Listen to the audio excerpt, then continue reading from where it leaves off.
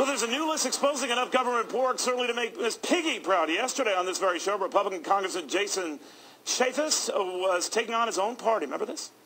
I took out a 12-year incumbent Republican because of this very issue. I was adamant in saying, look, we have got to be good stewards of the American people's money, and those that refuse to do that are going to suffer the consequences.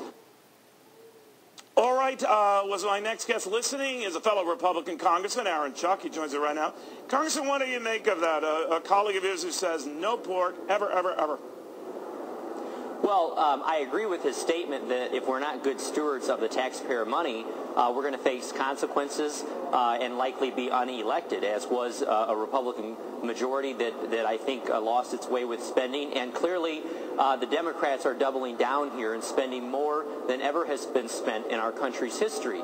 And the issue of pork or community projects or earmarks or whatever you want to make them out to be, the reality is it's none of those projects that really affect the deficit as much as it is just overall discretionary spending here in our country. We just passed an omnibus bill this week that increases spending 12.5%.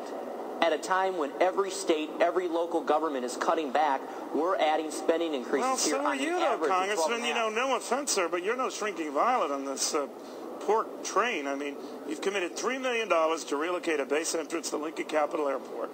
I don't know what that involves. Maybe it's perfectly justified.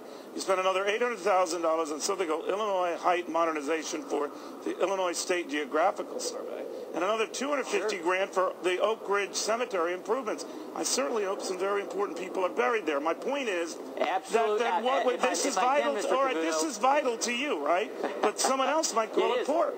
And what I, as well as a majority of Americans, are opposed to is increasing our spending levels in each of these respective departments. But you just did. You just increased money that we didn't have for things we don't need. Well, you know, it's easy to criticize any spending. We can go through the federal budget line item by line item and pick apart each piece. The fact of the matter is we have a federal government that will operate, that will spend money, and what's important is that we stop the great increases in the overall discretionary spending.